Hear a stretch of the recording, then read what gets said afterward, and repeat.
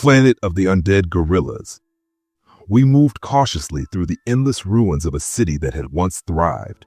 Crumbling skyscrapers loomed over us like watchful ghosts, their bones of steel and concrete half swallowed by time.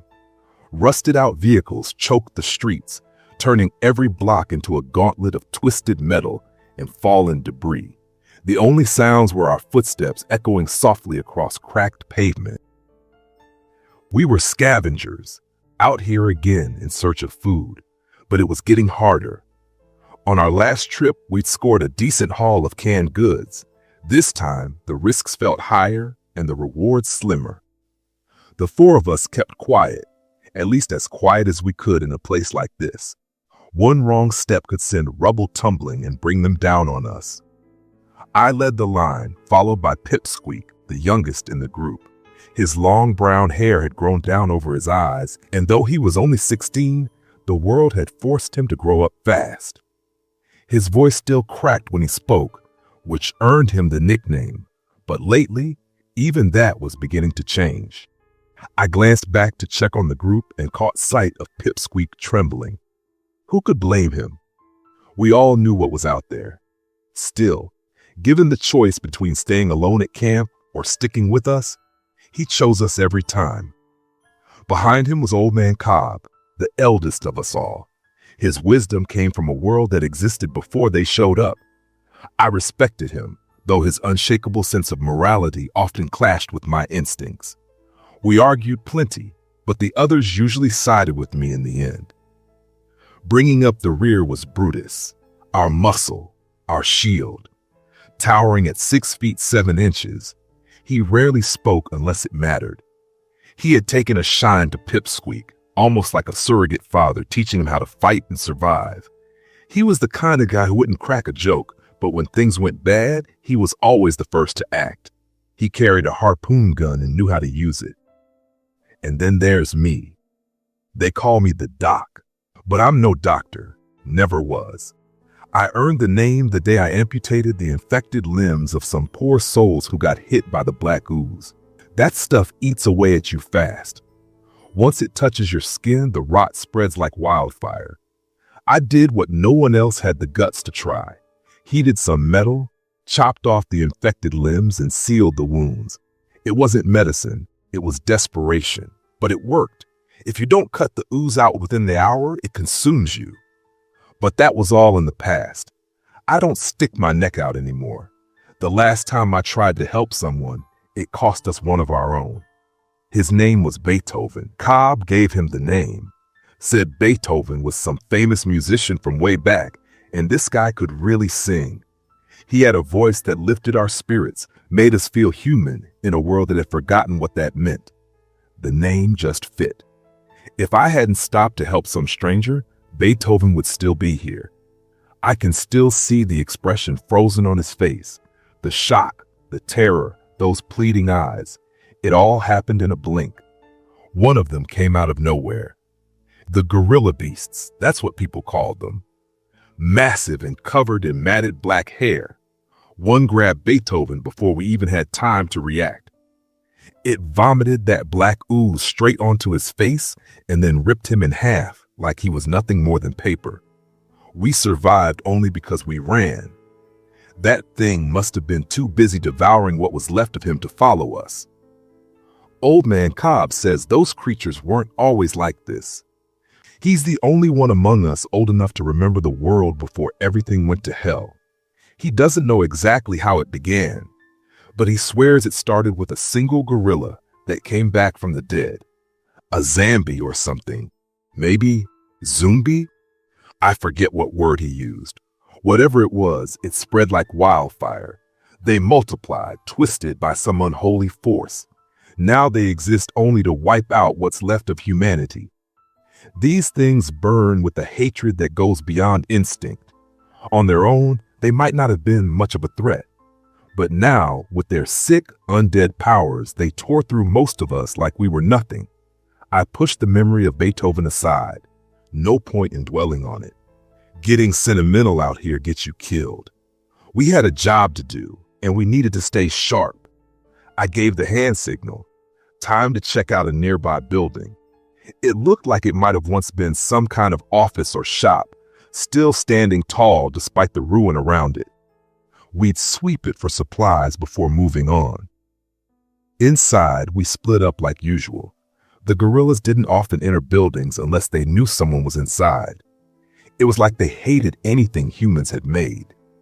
They spent years tearing down what was left of civilization, but now that most of it was already in ruins, they didn't bother with what was still standing. I passed by a row of sagging shelves holding damp cardboard boxes. I peeked inside one, nothing but moldy, yellowed papers. Worthless. The room was lined with old desks, and I saw the others rifling through drawers, hoping to turn up something useful. Then I saw Brutus grinning. Well, his version of a grin, and holding up a box of crackers like it was treasure. We silently gathered around. He broke the box open and handed out the crackers, one for each of us.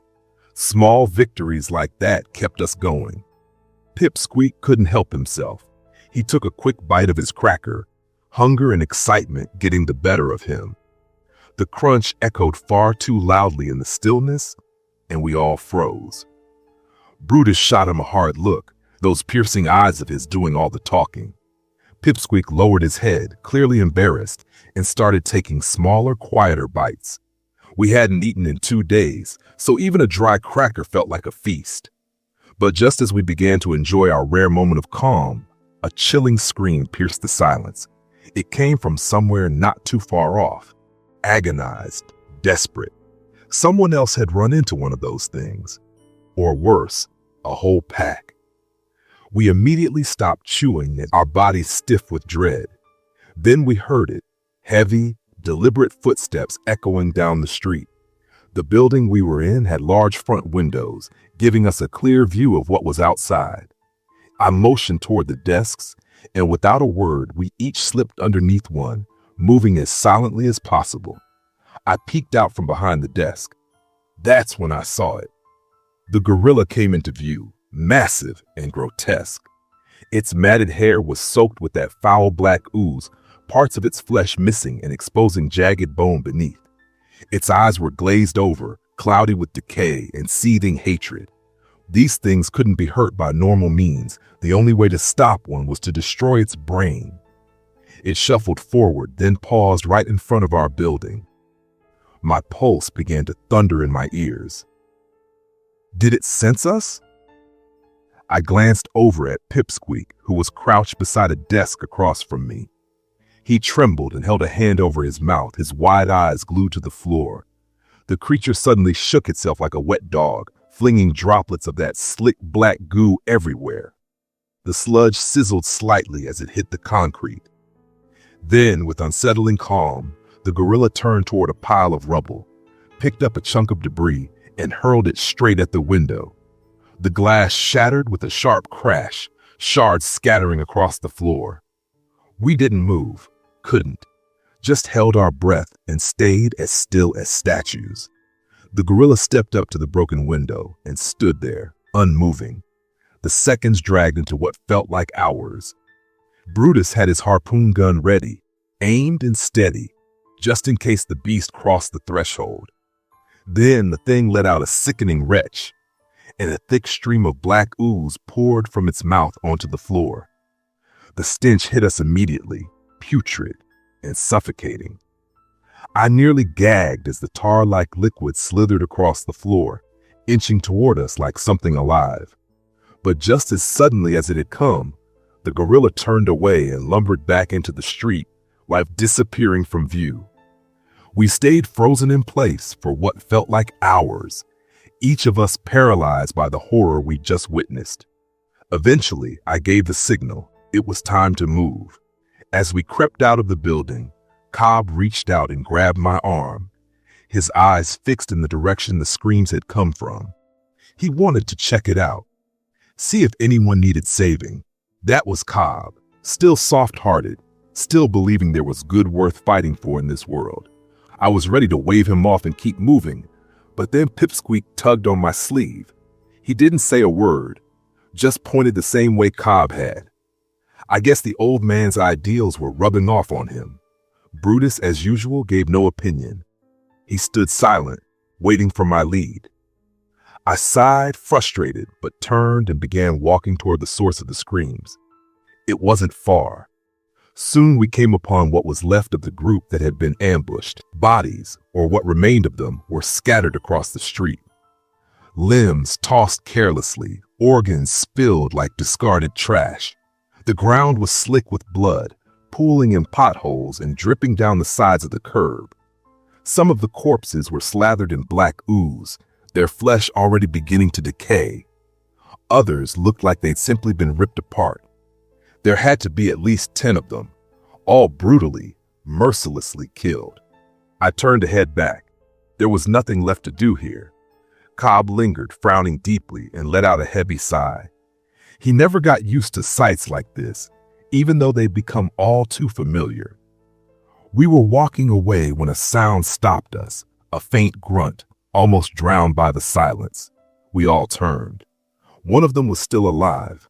The man was barely clinging to life. His abdomen had been torn open, intestines spilling out, ribs visible through shredded muscle. One of his arms was blackened and rotting from the ooze. "Help," he rasped. Cobb didn't hesitate. He rushed to the man's side, and I followed, more reluctantly, with Pipsqueak and Brutus trailing behind.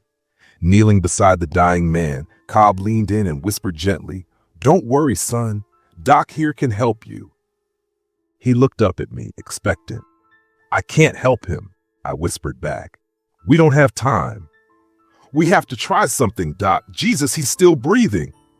Cobb's voice was louder than it should have been. The man stirred, his head lifting slightly before slumping back down as he caught sight of his own torn open gut. "No, he's right," the man croaked. "I'm a lost cause, but if you're a doctor—" "I'm not," I said flatly. "It's just a nickname. I'm not a real doctor." The man coughed violently and spewed black bile onto his chest. It was obvious he wasn't going to make it.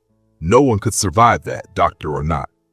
Cobb slipped off his overcoat and gently placed it under the man's head.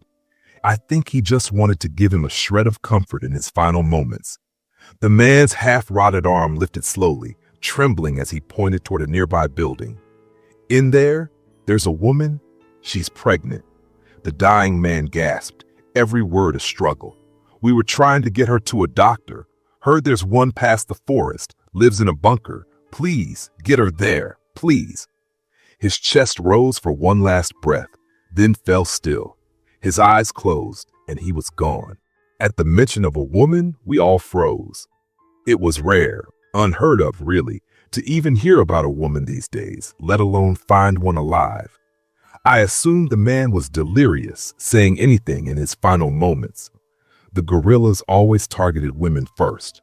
They must have figured if they eliminated the means of human reproduction, we'd die out naturally. And it was working. I hadn't seen a living woman in years. Occasionally, there were rumors of one being taken rather than killed, but those were just whispers, never confirmed.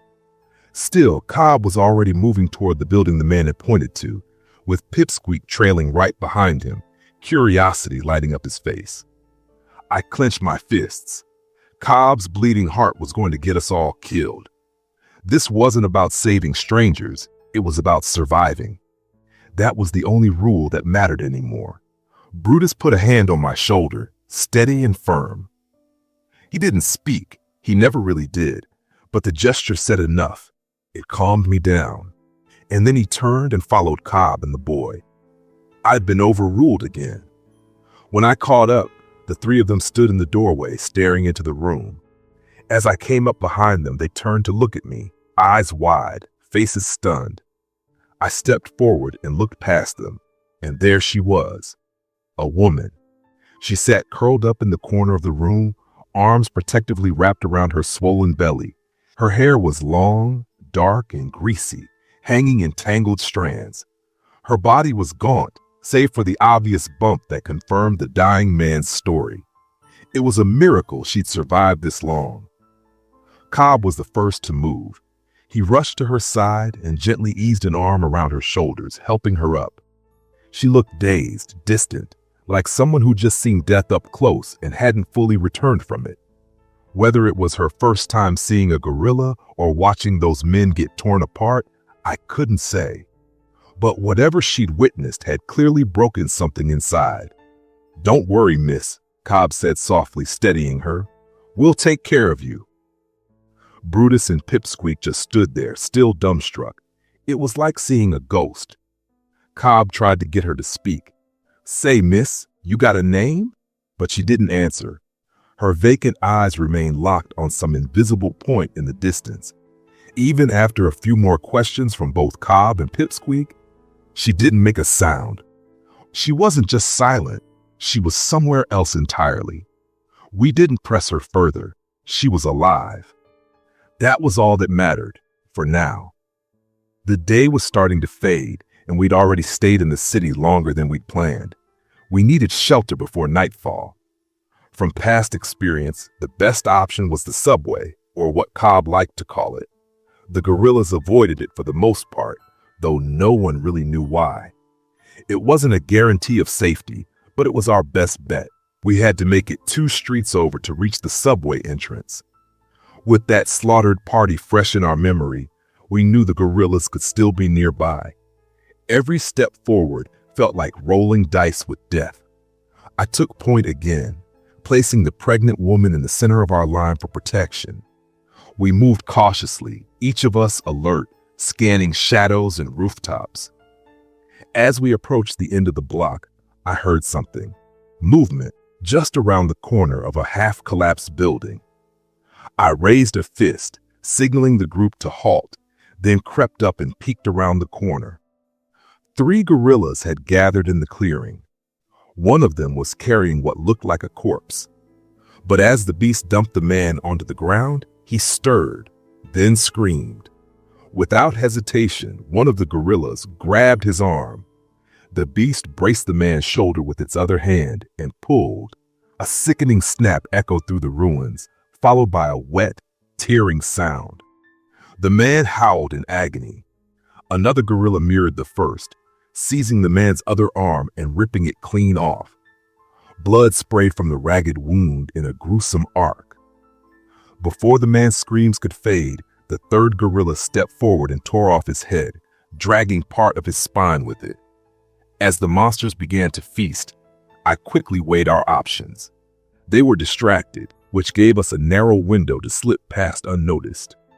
I turned and held a finger to my lips, signaling the group to stay silent. Then I moved.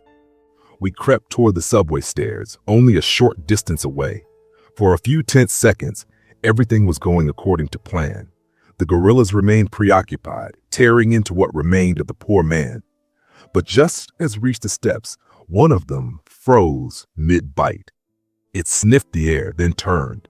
Its eyes locked on us. With a grunt and a thunderous stomp, it prepared to charge. "Run!" I shouted. The gorilla bolted toward us, the other 2 right behind it, letting out guttural roars as they closed the distance. One opened its mouth and vomited, an enormous jet-black stream of bile that splashed across the pavement. Pipsqueak dove out of the way just in time, the sludge hitting the ground inches from him and hissing as it ate through the concrete. Brutus didn't miss a beat. He hauled Pipsqueak to his feet and practically carried him toward the stairs until the boy found his footing and could run on his own. I reached the steps first, turning to make sure everyone was still with us. Cobb, supporting the woman, moved as fast as he could. Brutus and Pipsqueak charged down the steps, and once I saw them all pass, I followed, just as the gorillas barreled up to the entrance. Brutus unshouldered his harpoon gun and took position, aiming it squarely at the stairwell. We all fell silent. The gorillas rarely entered the subway. Something about the underground unsettled them, but that wasn't a rule we could rely on. They might chase us down, or worse, wait for us to come back up. We watched as one of them stepped onto the top stair, thick globs of black sludge dripping from its body onto the concrete, sizzling where it landed.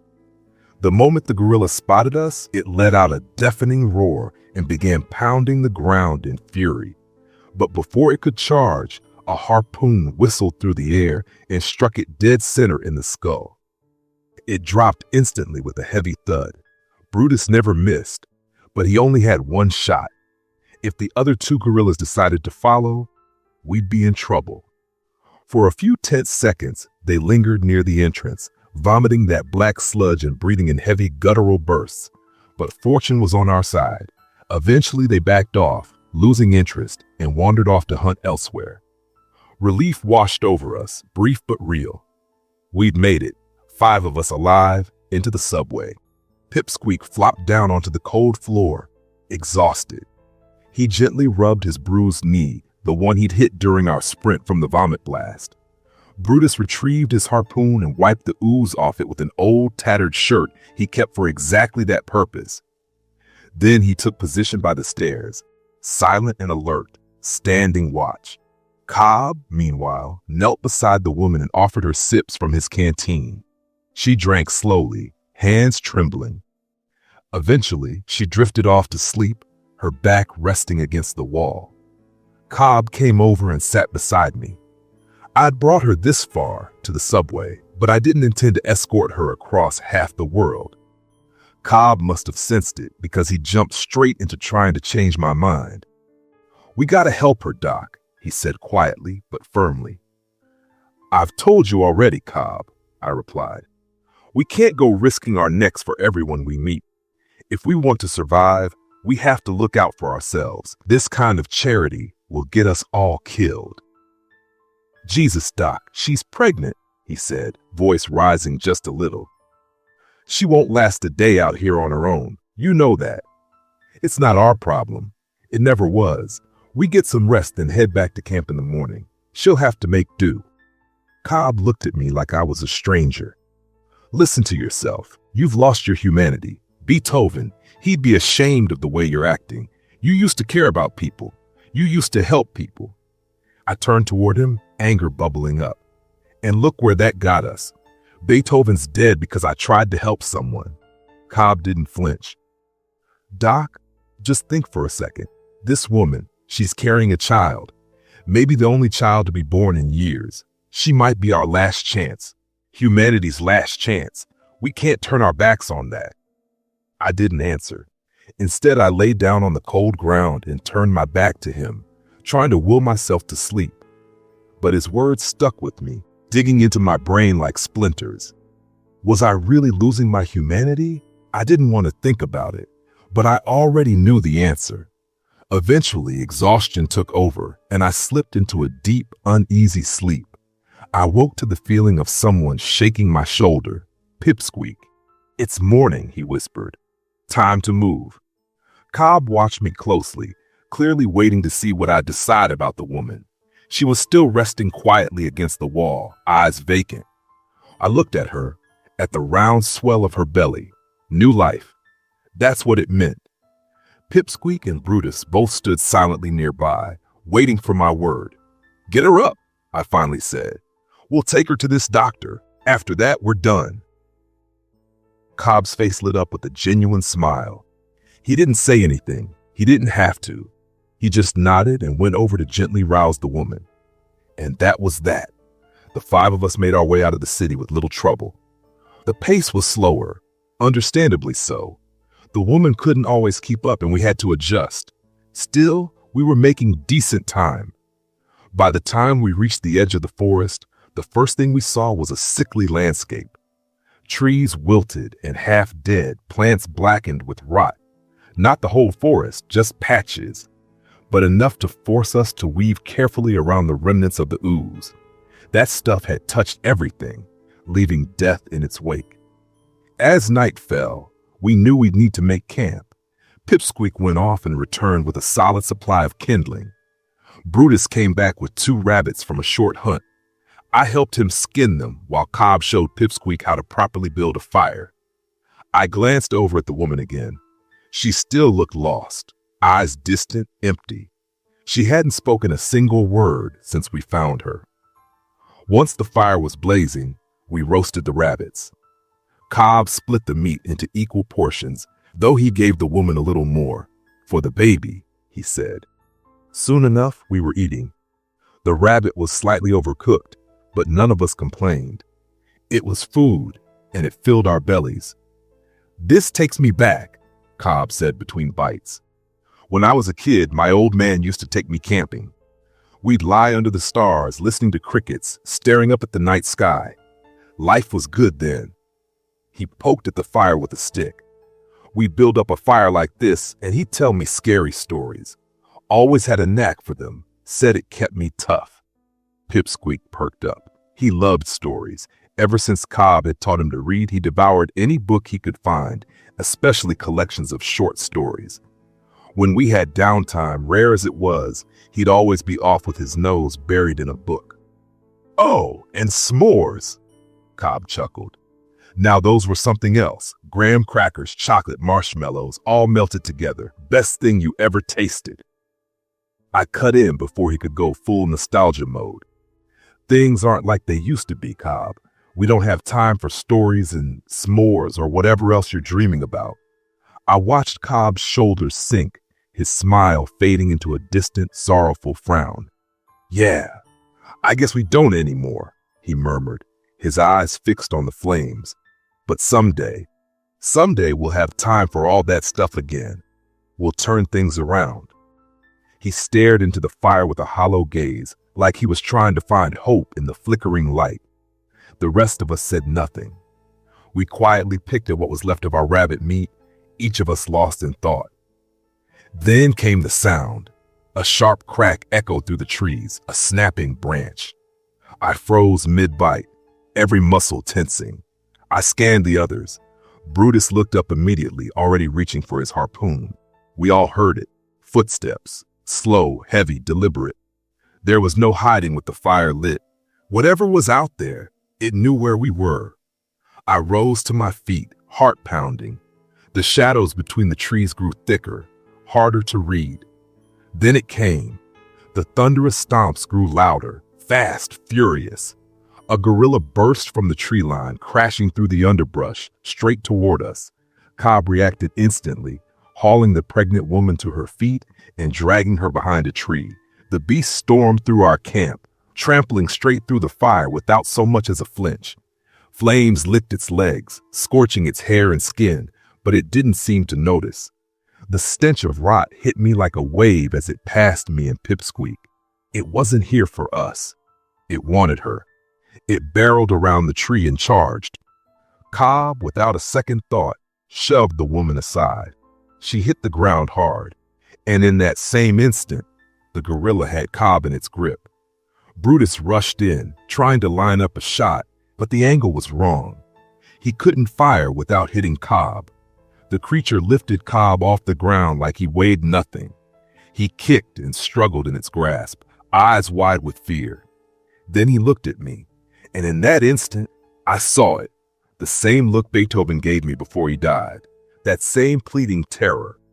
"Doc," Cobb cried, "do the right thing. There's still hope for—" He never finished.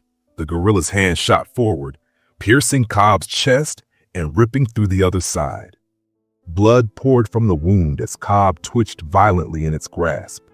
Then, as if that wasn't enough, the monster opened its mouth and vomited ooze all over him, coating his already dying body in black filth. With a grunt, it flung him aside like trash. The woman was still on the ground, crawling backward in terror. The gorilla turned back to her, but Brutus had his shot. The harpoon sang through the air and buried itself in the beast's skull, driving deep into its brain. The gorilla collapsed with a heavy thud, its body oozing as the woman scrambled away, trembling. I rushed to Cobb's side, praying, hoping that by some miracle he'd survived. But it was clear. The wound in his chest was massive, the rot already spreading through him. He was gone. Blood pooled beneath him, thick and dark, soaking into the dirt. Bits of flesh and viscera were scattered around the place where he'd landed. There was nothing left to save. Pipsqueak and Brutus joined me, standing over Cobb's lifeless body. I saw Pipsqueak's eyes begin to water. He was fighting back tears with everything he had, but a few still slipped down his cheek. Brutus didn't say a word. He just frowned, then silently walked a few feet away and began digging a grave with his bare hands. Normally, we didn't bury the dead. There wasn't time or safety for that sort of thing. But Cobb wasn't just anyone. He'd been with us a long time. He was family. At first, I felt numb, like my brain refused to accept what I was seeing. But the longer I stared at Cobb's broken body, the more real it became. The numbness turned into something else. Rage. I dropped to the ground beside Brutus and started digging with my hands, furiously clawing at the earth. I knew something like this would happen. We shouldn't have gotten involved. And yet, Cobb's last words rang in my head. "Doc, do the right thing." That voice, that plea, I couldn't shake it. So I made a decision. I'd honor his dying wish. I'd see this through. I'd get the woman to that doctor no matter what. But after that, I was done. This would be the last time. We finished burying Cobb and gave him a final farewell. No speeches, just silence, heavy and raw. Brutus retrieved his harpoon from the gorilla's corpse, and we made our way to the nearest river to wash it clean. No one spoke. Each of us grieved in our own quiet way. Losing Cobb hurt, and there was no pretending otherwise. But that was the way of things now. The next few days passed without incident as we moved deeper through the forest. The terrain shifted constantly, some parts lush and green, others sick and rotting from the lingering touch of the ooze. We stuck to safe paths and stayed alert, but nothing came for us. Eventually, we broke free of the forest. Off in the distance, nestled halfway up a rugged mountain, I saw it, a bunker, a sturdy concrete structure built into the hillside. Between us and it was a wide, open plain, easy to cross and even easier to spot threats on. We moved steadily, conserving our strength. Food had been scarce, just a handful of berries we'd found along the way. We were used to hunger, but the woman wasn't. Her steps grew slower until Brutus finally lifted her onto his back and carried her. Even that began to wear him down. We stopped to rest on a pile of rocks, taking a moment to sip from our canteens. Brutus shared his water with the woman. We didn't speak, just rested. The bunker was so close now, just one last stretch ahead. After a few minutes, we continued the climb. The terrain grew more rugged, covered with thick bushes and trees clinging to the hillside.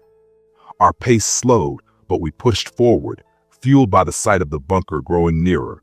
Finally, we were just meters from the door. I led the way up the last slope when we heard a rustling in the bushes off to our right. We froze. Brutus raised his harpoon gun, ready for a gorilla to charge out at us. But the noise faded. Nothing emerged. After a long moment, we let our guards down, assuming it had been some animal or a false alarm. We turned and pressed on toward the bunker. And that was our mistake. The gorilla burst through the brush the moment we let our guard down. With a deafening grunt, it charged straight at us. I could see it in its eyes. Pure, focused death. No hesitation, no mercy. The four of us ran. Even the pregnant woman, fueled by sheer terror and adrenaline, found strength she shouldn't have had. We sprinted toward the bunker door, and I started pounding on it with everything I had. "Doctor!" I screamed, over and over. "There's a pregnant woman, let us in!" The beast was closing in, fast, and it wasn't after us, it was after her. Then Brutus stepped into its path. Any other man would have been flattened, but Brutus held his ground. When the gorilla crashed into him, they collided like two titans. Brutus didn't budge at first. He locked arms with the creature, slowing it, holding it back through sheer force of will. The harpoon gun was knocked from his back, clattering to the dirt just a few feet away. Pipsqueak darted after it. I kept pounding on the door, voice hoarse from screaming. Brutus strained against the monster, his boots digging into the ground, veins bulging from his neck as he fought. But even Brutus had limits. Inch by inch, the gorilla drove him back, finally slamming him into the earth. Then came the vomit. A torrent of black ooze poured from the gorilla's mouth, covering Brutus in that sick, corrosive bile. I screamed, already knowing what that meant. Brutus was done for. But even as the rot soaked into him, he didn't let go. He held on, keeping the creature from reaching the woman. Pipsqueak trembled, clutching the harpoon gun. He aimed with shaking hands, sweat pouring down his face. He'd practiced with Brutus, but never under pressure like this. The gorilla turned its head and launched a spray of vomit. It hit Pipsqueak square in the chest, drenching him. He didn't flinch, just pulled the trigger. The harpoon flew. It struck the gorilla right in the skull, drilling into its brain. The monster convulsed, let go of Brutus, and collapsed to the ground, twitching and oozing. At that exact moment, the bunker door creaked open. An elderly man stood inside, surprised by what he saw. But I didn't wait. I pushed the pregnant woman through the door to safety. Then I turned back. Brutus was lying on the ground, soaked in ooze, barely breathing. It was already claiming him. Pipsqueak staggered over to him, then collapsed beside him. Both of them knew what was coming. So did I. I ran to them, tears blurring my vision. My throat closed up as I dropped to my knees. "I'm sorry," I sobbed. "I'm so sorry. I didn't want it to end this way." I broke down, blubbering like a child. The loss was too much. Cobb, Brutus, Pipsqueak. They gave everything so that woman could live, so there could be a future. A hand gently touched my shoulder. "Come inside," the old man said quietly. "You'll be safe here at least." I followed the old man into the bunker, my legs heavy, my heart even heavier. Once I'd gathered myself enough to speak, I told him everything. How we found the woman, how we traveled across the ruined city and forest to get her here, how Cobb believed she might be the last hope for humanity. I spoke of Cobb, of Brutus, of Pipsqueak, and how each one of them died along the way. He listened in silence, then offered his condolences. "I'm sorry for your loss," he said softly, "but you did the right thing. Bringing her here, that was the right thing." I nodded, but it didn't make me feel any better. I felt hollow, like I'd lost everything. My friends, my family. Without them, I didn't know who I was anymore. Everything that came after passed in a fog. The doctor fed us, made sure we had enough to drink, and showed us around. The woman still hadn't spoken. She moved like a ghost, eyes empty, her mind somewhere far away. She hadn't come back from what she'd been through. The bunker was big, well fortified, clean and safe. The doctor said gorillas wouldn't be able to break in. There was enough room for everyone, and he told me I was welcome to stay as long as I liked. He admitted he'd been alone for a long time and was glad to finally have company. I stayed a few more days. I needed the rest. But there was still one thing I had to do. I returned outside to bury what was left of Brutus and Pipsqueak. By then, there wasn't much left but bones. I dug as best I could, marked their graves, and knelt beside them. I laid a hand on the dirt, back not speaking aloud, but thanking them for everything, for giving their lives so someone else could live. So the world could live, I thought, shaking my head. No, not just for me or for her, but for what she might still bring into this world. Days passed. Eventually, the woman went into labor. I didn't want anything to do with it. The doctor called for my help, but I stayed outside the room, pacing the hallway. I'd never seen a birth before, and I didn't want to. I heard him inside, calmly guiding her through it. "Push," he told her. "You're doing great." Something shifted, a sound, a sharp, pained moan, the first noise she'd made since we met her. Her voice cracked through the silence like glass shattering. I stopped in place, frozen. Her breathing grew louder, strained and uneven. The doctor kept encouraging her, but then, "What the fuck is that?" he shouted. Every hair on my body stood on end. A creeping dread coiled in my stomach. Then came the scream. The woman let out a cry so loud, so piercing, I had to cover my ears. It was unlike anything I'd ever heard, raw and primal. A scream from deep in the soul, then silence. Then the doctor again, but his voice was no longer steady. It was filled with fear. "Dear God," he whispered. The doctor's scream shattered the silence, and I knew I couldn't stay outside any longer. Whatever was happening, I had to see it. I burst into the room and froze. My jaw nearly hit the floor. The doctor lay crumpled on the ground, soaked in black ooze. His flesh had already begun to rot, patches of skin melting away. He looked up at me with wide, terrified eyes I'd seen too many times before. In a raspy, fading voice, he managed to speak. "Run, get out." But I couldn't move. I was rooted in place, paralyzed by what I saw. The woman lay on the bed, lifeless, her legs spread as the same thick black ooze dripped down them. Her eyes stared blankly at the ceiling, glassy and devoid of life. Death had claimed her. But it was what lay on the floor that truly made my blood run cold. There, writhing in a slick pool of ooze, was a small whimpering mass. It was covered in thick, matted fur, its eyes unnaturally sharp, too intelligent, locked with mine. It was the baby. It whimpered and cried, spitting up foul black sludge that dripped from its tiny mouth and coated the floor. And the doctor, the very thing we had given everything to protect, the last hope of the human race, Cobb had called it. And I felt something inside me snap. Rage flared in my chest like wildfire. I stared at it, this malformed thing, watching it squirm and squeal in the filth of its birth. The thing that had killed my friends, the thing they had died for. And then laughter.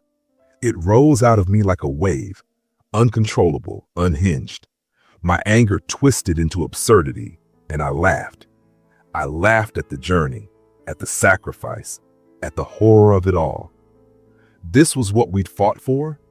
I kept laughing, tears spilling down my cheeks as I stepped forward, bent down and lifted the creature into my arms. It cooed up at me, eyes unblinking. I held it tightly against my chest, and it spit up more of that thick black ooze, drenching my shirt, seeping into my skin. Still laughing, still crying. I began to squeeze it, harder and harder, and I laughed and laughed.